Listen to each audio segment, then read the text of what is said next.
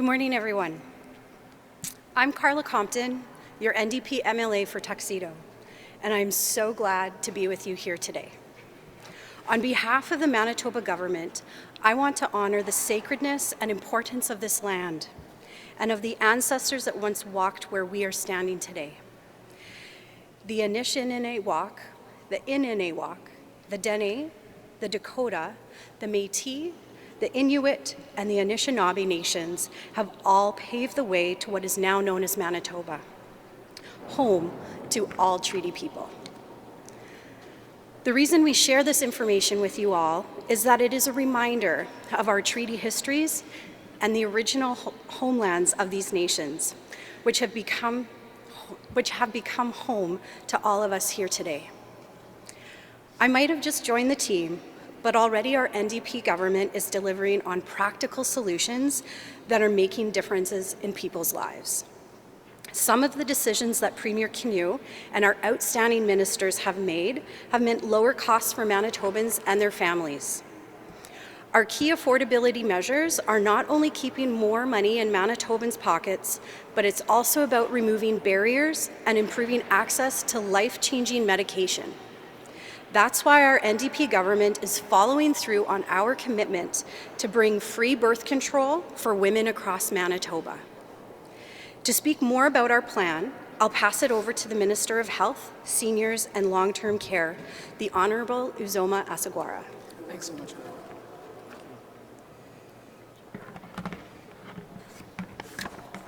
Good morning, everyone, and thank you for joining us today. Thank you, Carla, for that wonderful introduction. I am so happy to be here with all of you today to announce that free birth control will be available in Manitoba beginning on October 1st.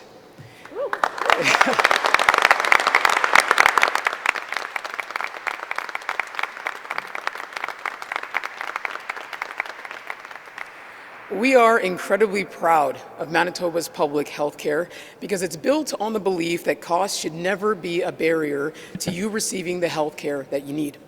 And we all know that reproductive health care is health care. Birth control is health care. People deserve to have autonomy over their bodies, autonomy over their healthcare choices, and to have the choice to make reproductive decisions that make the most sense for them. We know that when people have access to birth control that works for them, it gives them the freedom to make life choices that work for them too. But right now, cost is a barrier for many folks accessing birth control. It's a barrier that exists for too many women, girls, and all folks who need it. Our government is breaking down those barriers to reproductive care that exist right now in our province.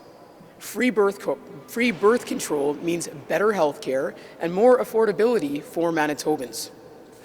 Now, this is what we promised Manitobans when we were elected, and that's exactly what we are delivering on today. Our government will cover the prescription birth control costs for pills, IUDs, injections, for anyone who has a prescription from a doctor or another healthcare provider. We know that over a lifetime, birth control can cost thousands of dollars.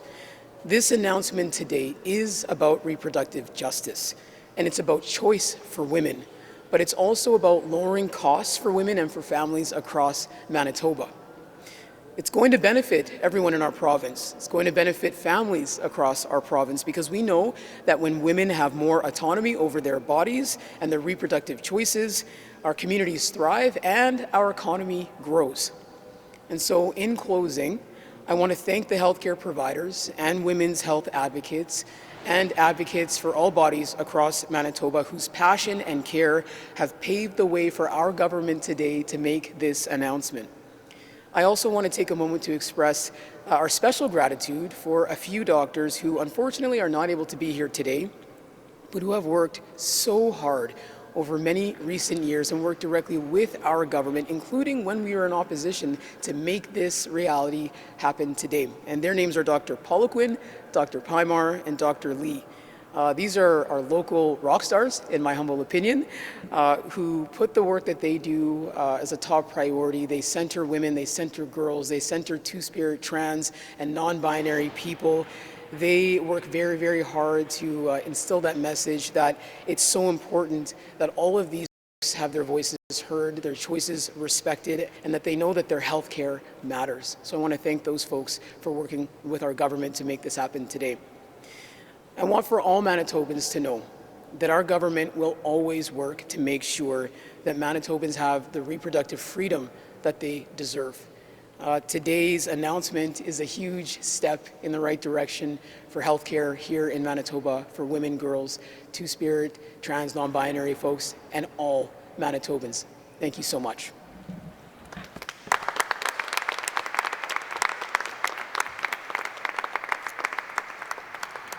Thank you, Minister Asagwara.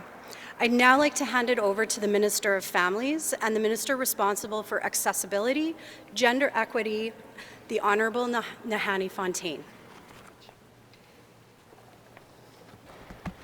Good morning on this great day on such an important announcement. Access to birth control is a basic human right. By providing free birth control and removing the financial barrier, our government is taking a gendered and a human rights approach to reproductive justice. Free birth control in Manitoba means no matter where you live, what your income is, or whether you have insurance, you will be able to access birth control.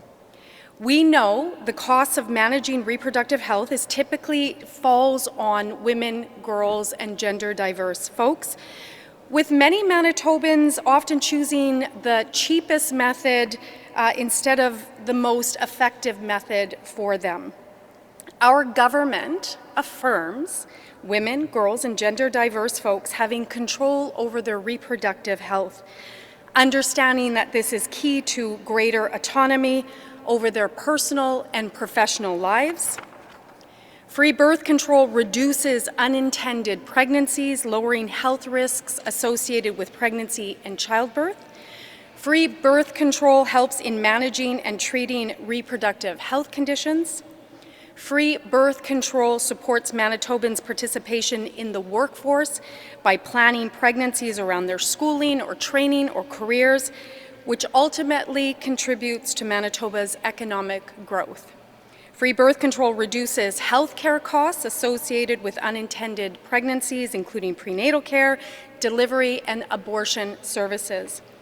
Free birth control fundamentally contributes to gender equality by ensuring women, girls, and gender diverse folks have the same opportunities as men in education, employment, and personal development. Free birth control helps in breaking the cycle of poverty.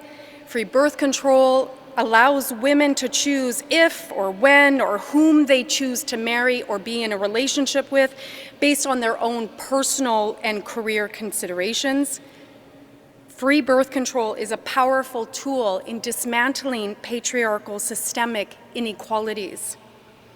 Free birth control gives women, girls, and gender diverse folks freedom. The freedom to determine their paths that their lives take and the opportunity to live their best lives. And in a world where reproductive rights are increasingly threatened, our government's announcement today affirms reproductive health care as a human right and as a means of empowerment and liberation for Manitoba women, girls, and gender diverse folks. Today and always, our government continues to affirm the reproductive rights of women and all Manitobans. Miigwech.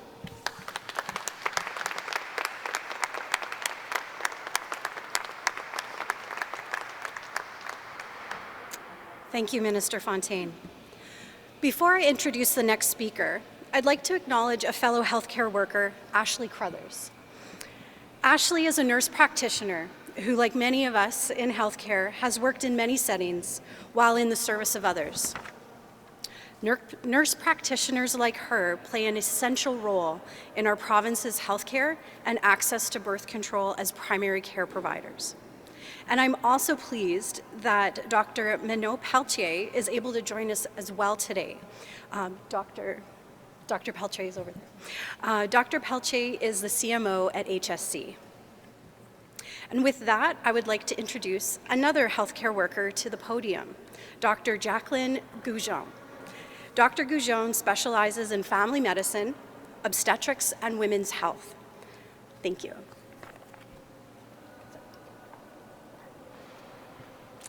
Thank you, Carla, for the introduction, and good morning, everyone.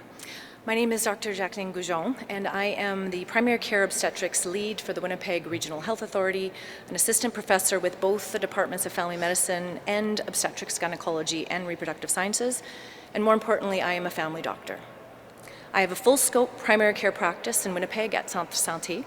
I see patients of all ages and backgrounds for preventative care, family planning, obstetrical care, and reproductive health.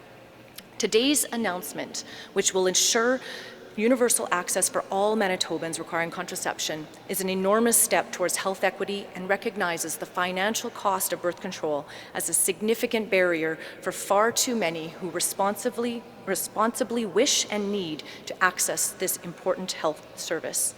Access to contraceptives, whether for family planning or medical treatment, is an essential health service. In 2024, everyone should have the ability to make informed choices about their health and their bodies in consultation with a healthcare provider and without the cost becoming a financial barrier affecting their decision-making.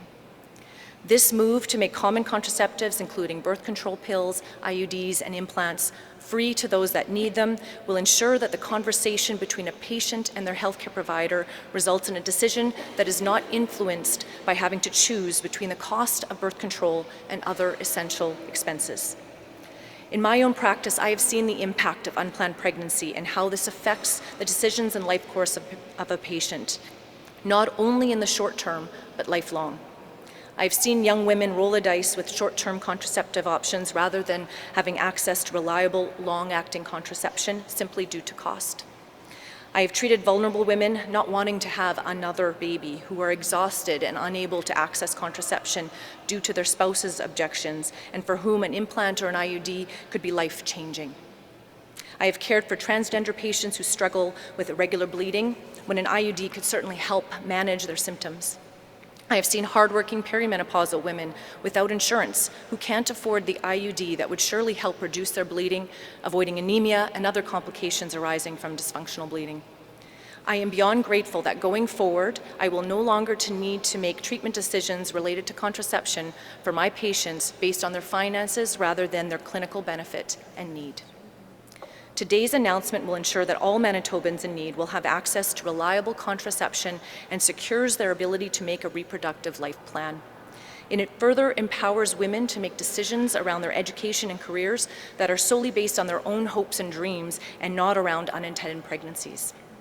This decision represents renewed choice and opportunity for so many patients and removes a tremendous barrier to adequate health care and gender equity.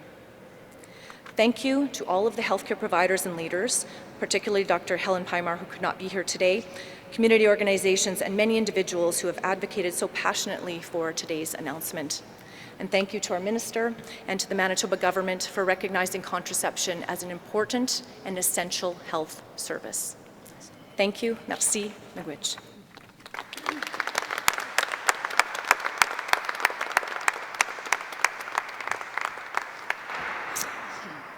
Thank you, Dr.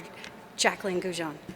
So that now concludes the announcement portion for today, and so I'll now open the floor to questions.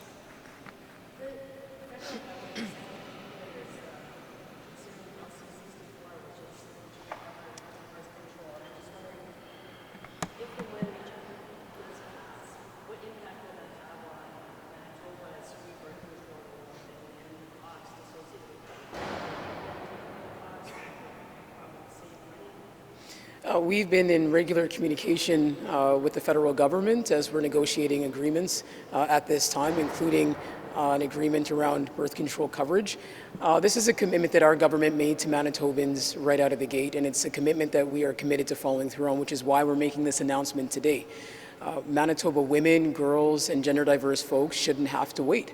And so we're going ahead and we're making this investment to make birth control free across our province. And we're going to continue to work with the federal government to sign agreements and to take an approach in collaboration that benefits Manitobans. So we're going to work with them to find the best approach moving forward based on what happens with that legislation. But we're going ahead with this plan because we know it's what's in the best interests of women, girls, and gender diverse folks across Manitoba.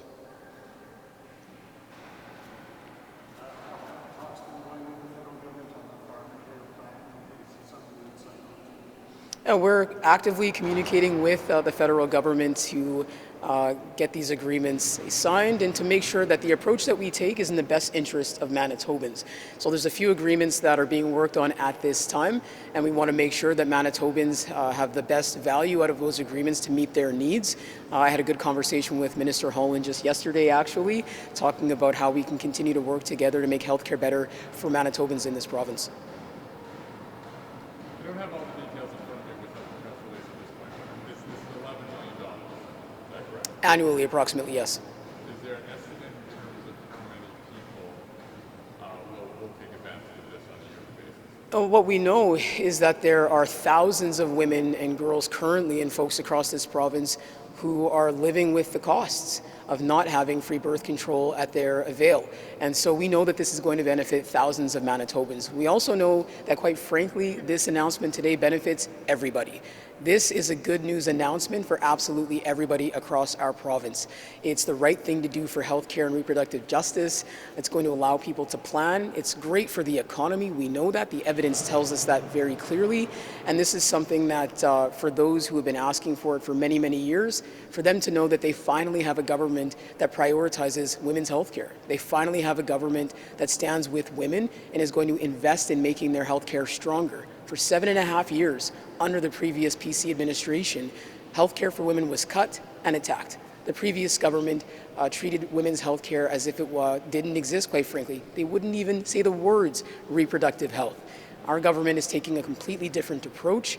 We're working directly with the providers who've been advocating for this for years, and we're prioritizing women's healthcare because women's healthcare, the healthcare of girls and gender diverse folks in this province matters. Before the election campaign, the industry promised the morning after pill would be included as part of this announcement. Correct me if I'm wrong, but I understand that's not included now. BC did make that choice. Manitoba has not. Why not?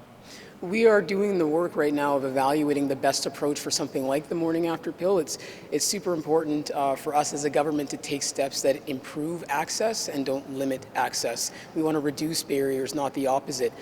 Currently, it is available for folks without a prescription, and so we're taking a good look at how do we best ensure that the morning after pill is most accessible to Manitobans, not less. And you know, this announcement today is making a reality happen that people have been asking for a long time. That's not to say the work is done, right? There's more work that our government is doing with our healthcare experts right here in our own province to make sure that this rollout happens successfully, that we continue to do the work of making birth control more accessible for folks in every corner of the province. I understand the desire to review, but you have also reviewed the prescription. You decided to make that decision. Why not the morning after pill on October 1st? There's a tremendous amount of work that has gone into getting to this point today. There's more work that we're going to be doing, including evaluating how we build that in. There are some moving pieces in terms of working with pharmacies and making sure that we implement measures that, again, reduce barriers. Right now, the morning after pill is accessible for folks without prescription, and we want to make sure that whenever we make change in policy, we're doing it in a way that improves access and doesn't create unintended barriers for folks in our communities. So we're actively doing that work. We're going to listen to Manitobans, we're going to listen to women across this province and make sure that their voices continue to be integral to how we invest in healthcare in this province. Is the cost of the morning after pill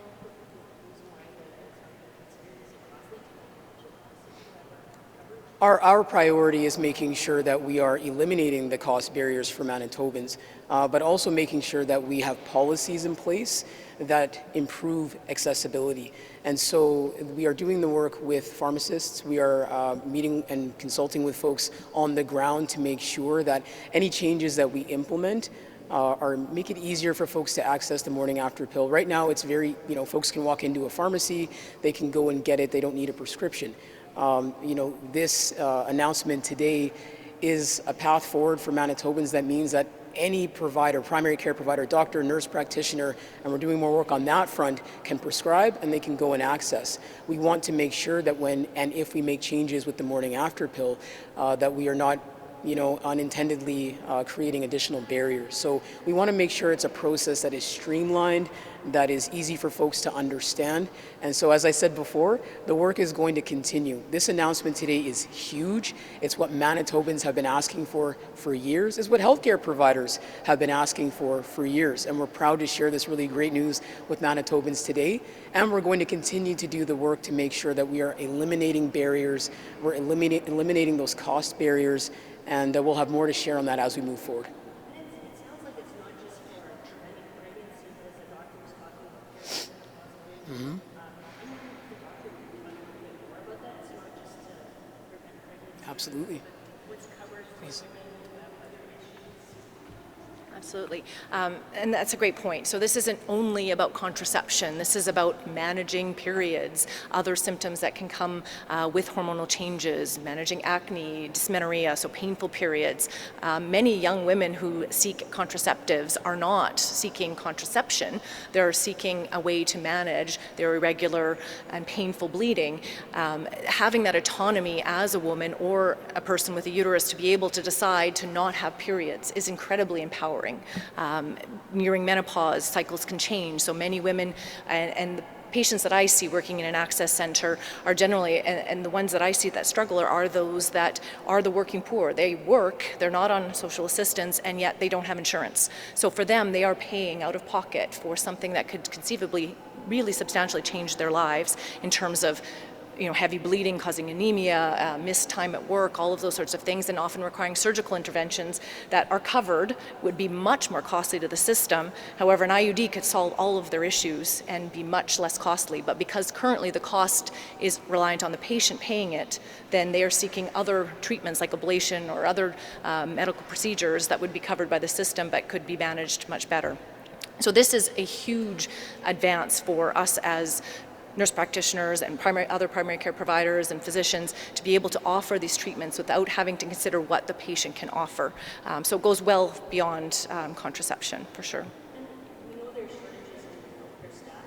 I'm wondering, are you concerned about once this rolls out and more people can access it, how you're going to be able to manage the demand? Right. I think that is a consideration. Obviously, some of the contraception, like IUDs and implants, requires trained professionals to be able to do the insertions. And I think that family medicine is poised to do that. I think there does need to be some consideration in the system as to where patients can access this. If there's, the walk-in clinics or other access, like we have a PAP clinic that we do as a drop-in at our access center.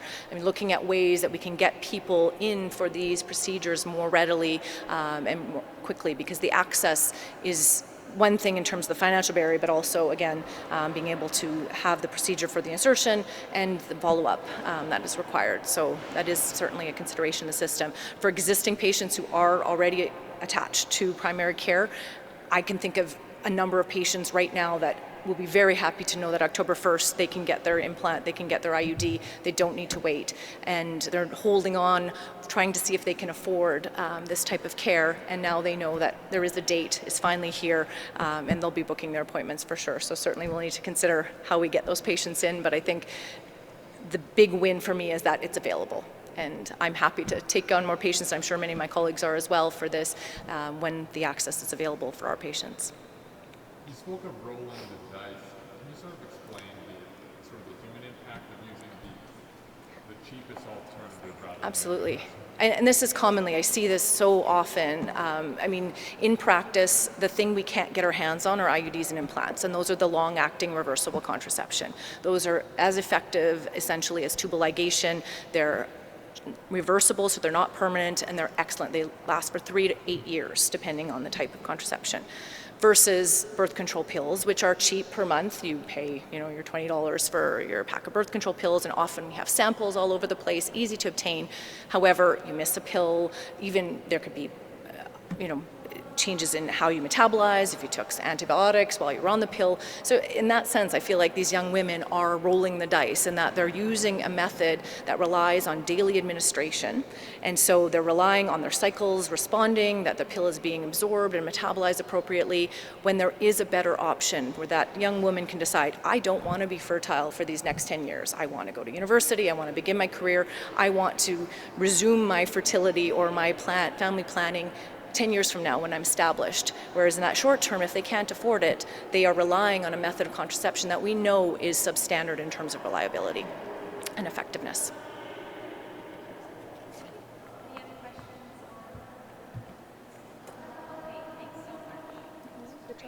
Thank